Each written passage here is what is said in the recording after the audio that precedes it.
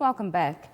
World Children's Day is commemorated globally on 20 November each year and marks the anniversary of the adoption of the Convention on the Rights of the Child. It is a global day of action by children for children. The regional celebrations of World Children's Day was held in Walvis Bay and brought an opportunity for the four heads of state to renew their promises for children's rights, rescuing SDGs, and of course ensuring that no child is left behind. To give us a recap on the event, I'm now joined by the UNICEF Namibia country representative, Mr. Samuel Okran. Mr. Okran, good evening and welcome to the show. Yeah, good evening. Just briefly I'm happy to be on your show. Thank you so much. Just briefly to start with, Mr. Okran, perhaps provide an overview of the World Children's Day event that took place in the coast. Right. So the World Children's Day event started on Friday the 17th, where we received all the children from the four participating countries, Namibia, Zambia, Zimbabwe, and Botswana. And then we had a dinner gala with the mayor of Walvis Bay and with entertainment by the UNICEF Goodwill Ambassador, Yvonne Chaka, and the Sunshine Center. The Sunshine Center, as you may know, is a school for persons with special needs. So that was a fantastic night. Then the next morning we had a march through the principal streets of Walvis Bay where children interacted and also had the opportunity to give their message to all stakeholders. And then we went into a discussion in the afternoon on the different thematic areas. We had issues on health, access to education, violence against children, gender-based violence, and many other topics, including the climate change. And then the next day, we had an activity at the Dune 7, where they had an outdoor activity, and in the evening, we had the opportunity for the children to interact with their heads of states, had discussions with them, and also presented call to action on key issues that they want the president to address. It also afforded the president the opportunity to report back to the children on the commitment they had made before on the previous events. Mm-hmm. So it was really, really fantastic evening for the children, and I think the 3 days has been wonderful for the children. Some of them felt so sad going back because they thought they really learned a lot. They had opportunity to network, and they want to take this forward. They don't want this activity to be just 3 days. They wait till another year. They want to continue this momentum and build on. Thank you. Fantastic. Mr. Okran, what were the main objectives and goals of the event? Okay, so the main objective is basically to renew the promise that we made to children when we signed on the Convention on the Right of the Child. You recall that when Namibia, for example, gained independence, immediately they signed the Convention on the Right of the Child to protect children's rights. And the other countries, of course, as well. So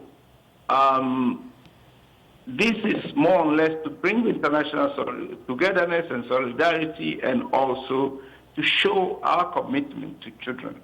And this is particularly important because in 2021, the four heads of states decided that they will celebrate these days together in countries rotating. They started with Botswana, and they made commitments.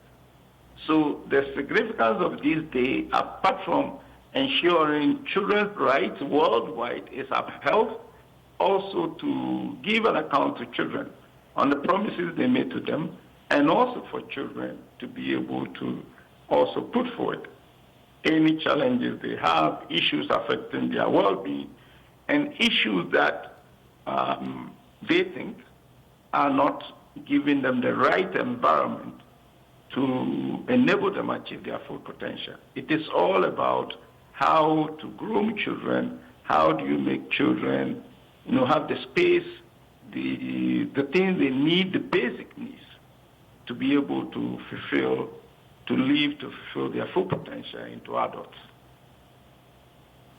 Mr. Okran, talk to us about how this event, sort of aligned with the broader work and initiatives of UNICEF in Namibia. Right. So, first of all, UNICEF has programs all over the world. These programs are aimed at protecting the rights of children. Now, this particular event reinforces the program that we do on a day-to-day basis. But then, globally, it's all government decided that a day must be set aside to celebrate children, to be able to take stock of how far we've come, where are we when it comes to children's rights, and to be able to also look at the way forward. So in terms of the alignment, this event is to remind all of us of our obligations towards bringing children up and making sure children can live to fulfill their potential. As we speak, you may know that other children do not have the same opportunity that these children have. Some children are unable to access schools. Some children are not protected. Some children are still facing violence. Children are dying in hospitals because of either lack of drugs, because of conflict, or because they've been neglected. And for this reason, it is important to continue to remind ourselves and also to highlight these issues. It was very interesting, even for our children from these 4 countries who have peace, to recognize that peace is significant for children's upbringing, and also to highlight the issues with regard to child protection and the need for children to be protected. And they were calling on the president to protect them, to ensure they are protected. And they talk about, for example, some of the countries, they talk about the fact that if someone steals a cow, gets very severe sentences when found guilty.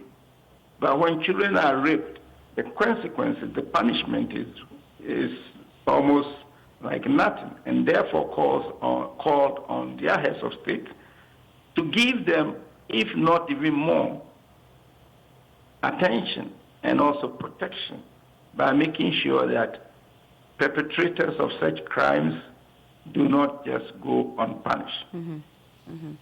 Thank you. Lastly, sir, did the event perhaps result in any policies that will be amended or commitments from the regional heads of state regarding children's rights? Well, you see, the issue we have, even with the heads of state, recognize that a lot has been achieved, because even the children themselves recounted a lot of achievement that the heads of state have made, the various countries have done with regard to legislation and policies. However, the issue goes beyond that, because when the policies are made, they may remain on paper if not enforced. And therefore, what is important is not just to formulate policies, but also to see through the policy implementation and make sure these are implemented in full. So this is what the children were calling for. For example, to say we have the policies, we have the legislation, but what we see, because every constitution talks about giving children the rights they deserve to be able to grow into adulthood. But you realize that not all children have this, because some children are excluded. either by the design of our implementation, and they called for inclusion, and they called for proper implementation of the good policies which have been formulated, and to ensure that the policies are fully implemented to ensure the rights that are supposed to be given to them under those policies really get to them. And this is what their children were asking for. Mr. Okran, unfortunately, that's all the time we have to engage you this evening, but thank you so much for joining us, and thank you for your time. Thank you very much. It's been a pleasure to be with you. Samuel Okran, country representative of UNICEF Namibia, talking to us there on the line. When we come back after this brief break, we speak on health matters. Stay with us.